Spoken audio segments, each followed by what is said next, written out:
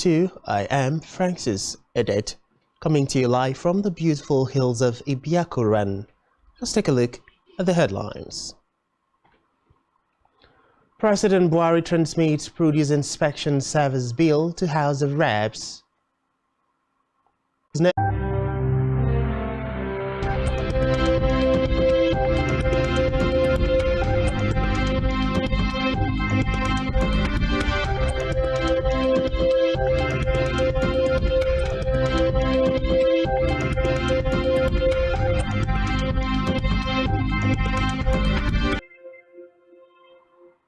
We begin this afternoon with a report that President Muhammadu Buhari has transmitted the Federal Produce Inspection Service Bill to the House of Representatives for consideration at subsection 2 of 1999 Constitution of the Federal Republic of Nigeria as amended.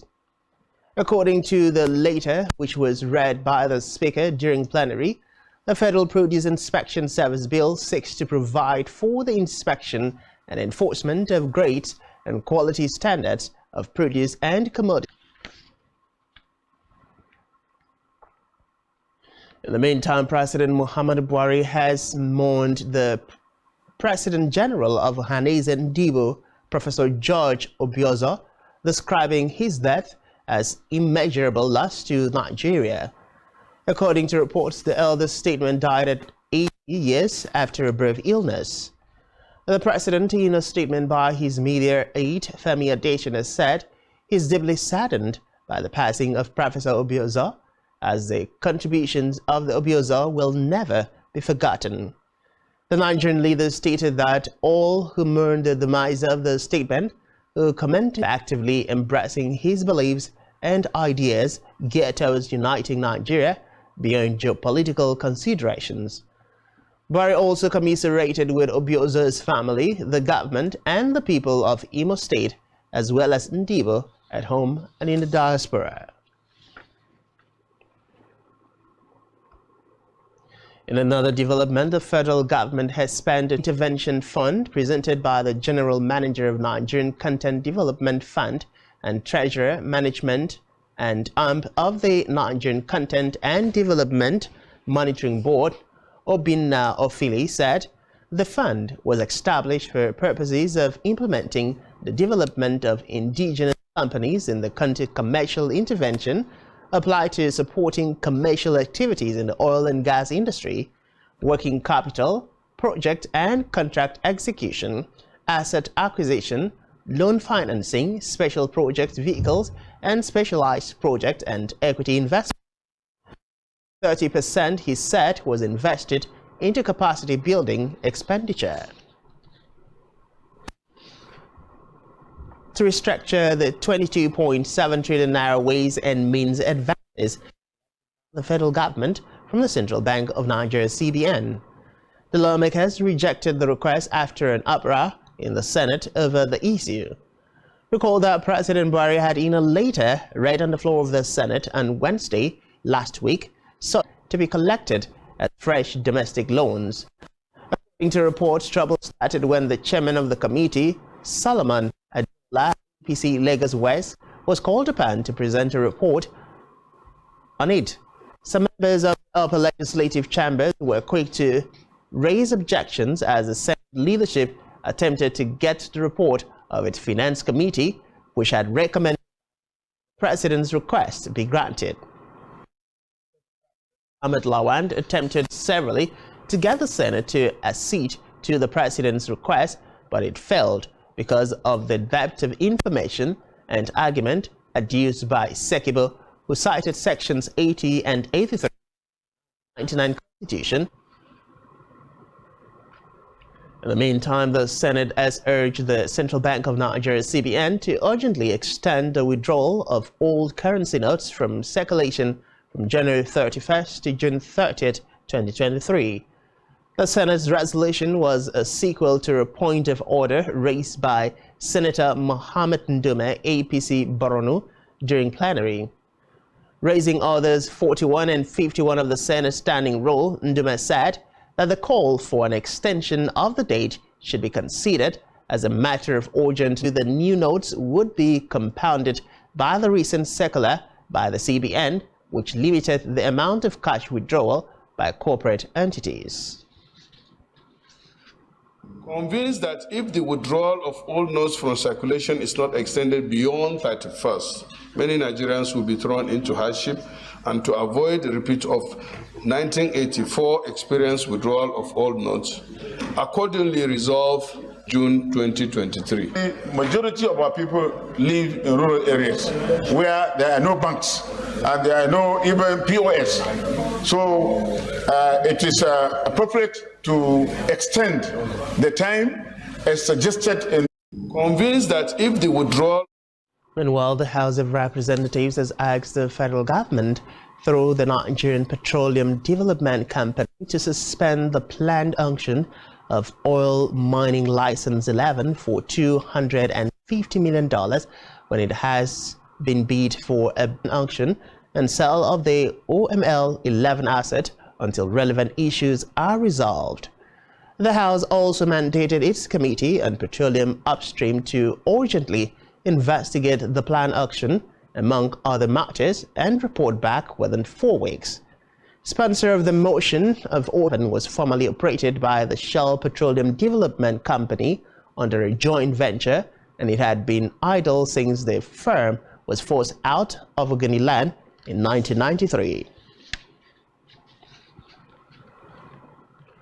On the planned new minimum wage, the Nigerian Labour Congress and the Trade Union Congress have listed conditions for the proposed review of the national minimum wage, saying the continuous rise in inflation and the devaluation of the naira must be checked before the salary increase announced by the federal government. Government could be considered the organized labor that would be added to the minimum wage might not meet the expectations of workers. The NLC and TUC spoke against the backdrop of the disclosure by the Minister of Labour and Employment, Chris Ngige, that the federal government would soon announce salary increments for civil servants and public officials due to the steady increase in prices of consumer goods.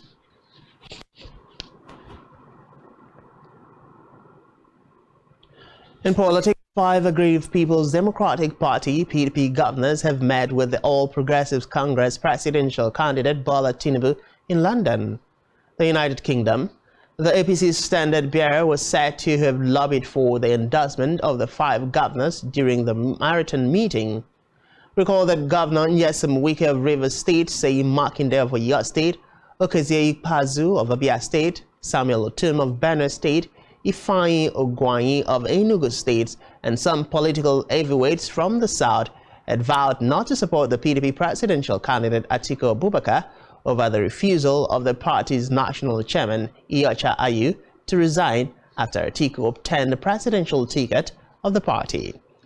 Reports say hours after the governor's meeting with Tinubu, the PDP said it was not aware of their parley with the ruling party's presidential candidate, noting that as far as it was concerned, the governors were in the UK on vacation.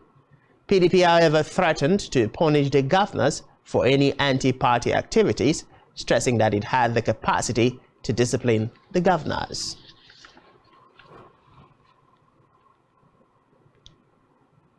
And back here, residents of Uyo, the Akwa Ibom state capital, have called on the government to stabilize the cost of food as the price of food items tend to increase due to high demand.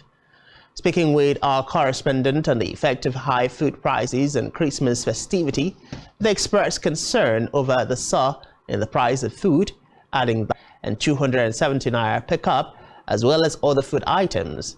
According to them, food prices this year keep increasing, and the price of staple food has gone beyond the affordability of many Nigerians. They also said any measures taken by the government to improve the economy of the state will be appreciated. Rice now is high compared to what it used to be. Even the garri itself, nothing is at the same rate again. Token on you see they pay 50. It I mean token yana meeting 100 naira. And you say me see them to me na bro me na me see the 15 naira. It I mean need 200 naira. Focus on podiba. Because on you me when you make Christmas but utores and stew ibehaba. Because you want come nam ya phone. Nigeria ye nam ya phone. So that man I want to come. I've seen them before, but now body by these days, I did buy with them. Body's on rubber, I got naga zero. So we make complain a jet from a minute. I've never me, but the business neighbor, you know, me, I do walk about naga zero. Put a book on them because I had a complaint. I've been again. But it will end up the thing you lose is all you gain what you do not even have gain inside. You only get small gain because of people are not coming to buy. And when it remains, it will spoil.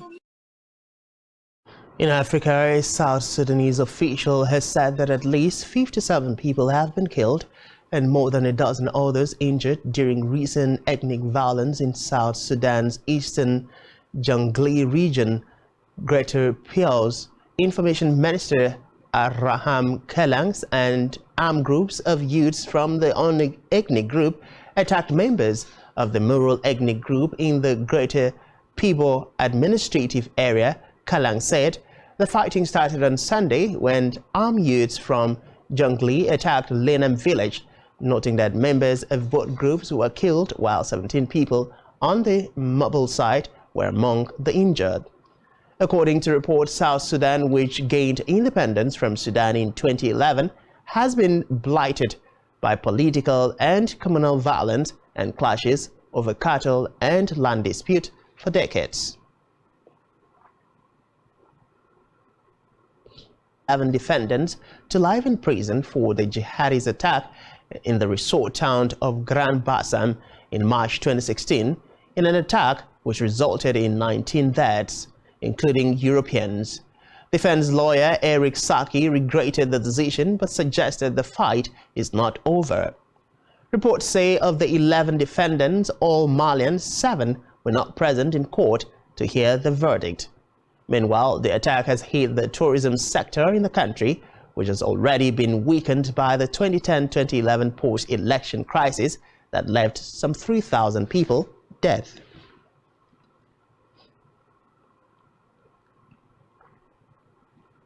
On the foreign scene, Olisi Koliba, head of the Kyiv Regional Military Administration, says explosions were heard in Kyiv today, while air defense systems have been activated in the capital region. In a statement, Koliba said after the night attack of self-exploding drones, the enemy is attacking Ukraine from various directions with air and sea-based cruise missiles from strategic aircraft and ships. The city's mayor, Ihor Tekov, says a series of explosions were also heard in Kharkiv, adding that, according to preliminary reports, incoming rocket hits were recorded.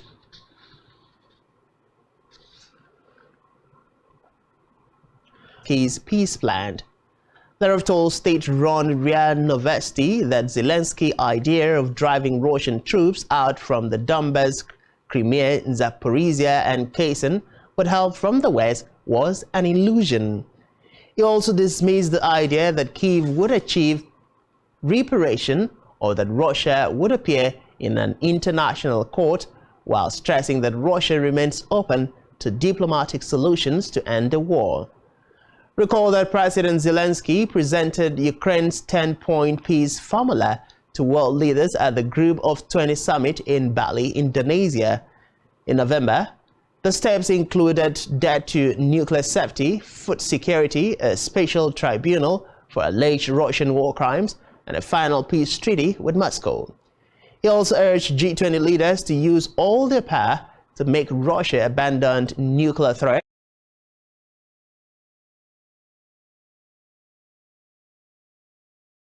President Joe Biden had endorsed the plan.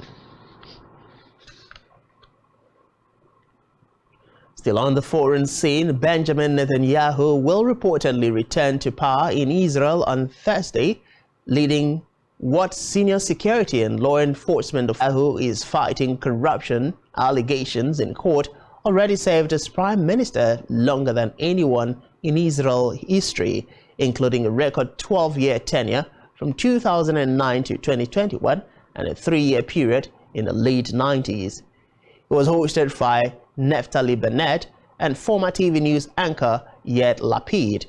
It, however, did not take him long to come back. Still to come in the news, Anthony Joshua plans next step in title race.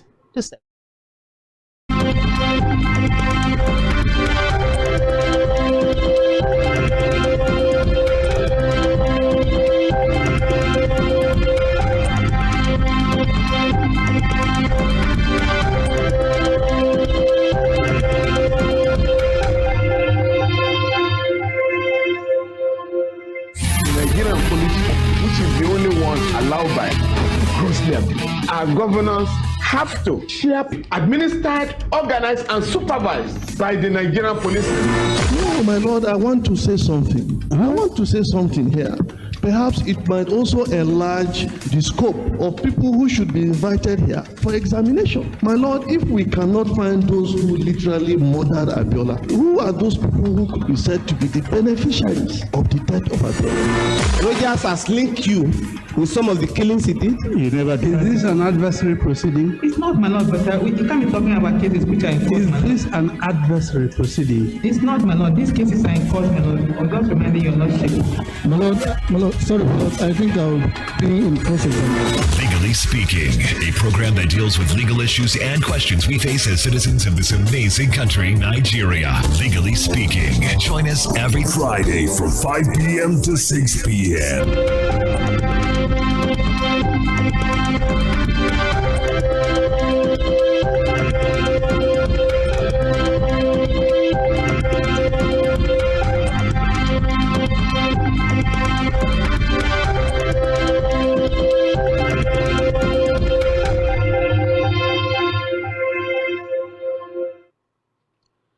Many thanks for staying with us. We now move to the business news, where the Chief Operating Officer of Lekki Port Left Enterprise Limited, Lawrence Smith, has said talks have been opened with potential operators of the liquid berth terminals.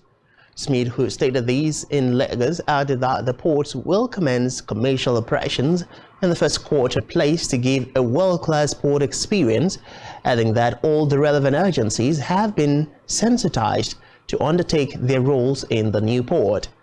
Meanwhile, the Deputy Chief Operating Officer of Lekki Port, Daniel Odibe, has said that the Lagos State government has commenced work on for the railway coming from the port to be connected to the proposed Eastern Coastal Rail Line through Ijebu-Ode.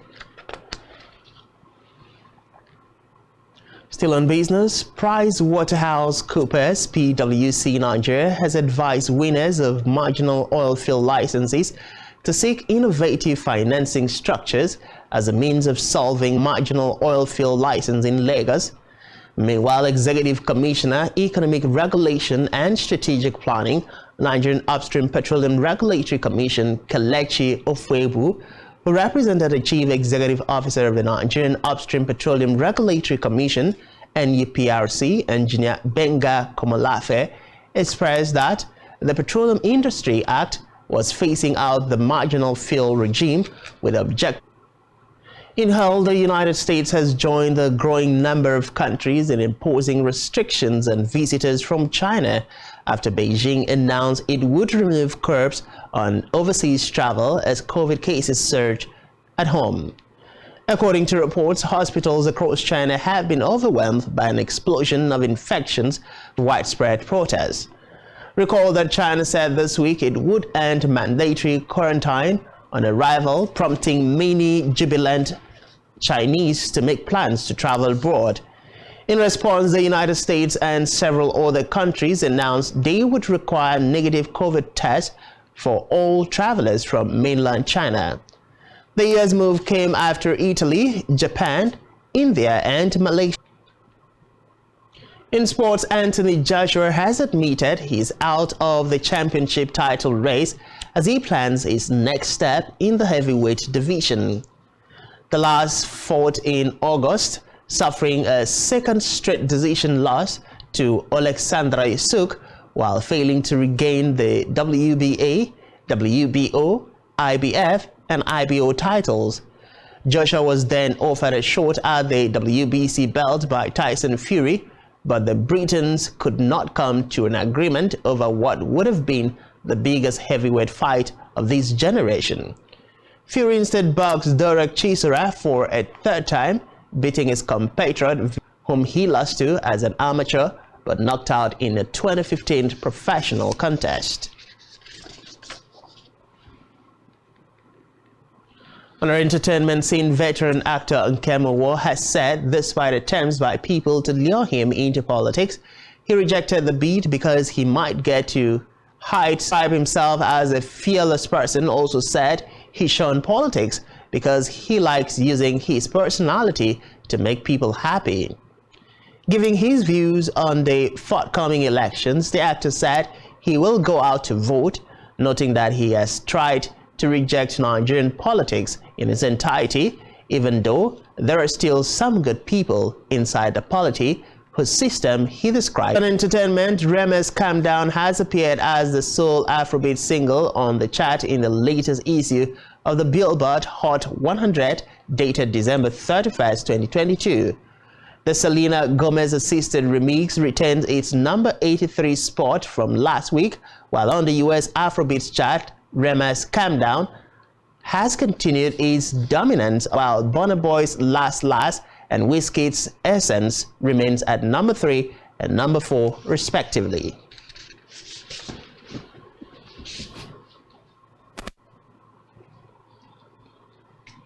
And that's all we have for you this time. Do ensure to follow us on social media and subscribe to our YouTube channel, all of which you can find on our website, spectrumtv.ng.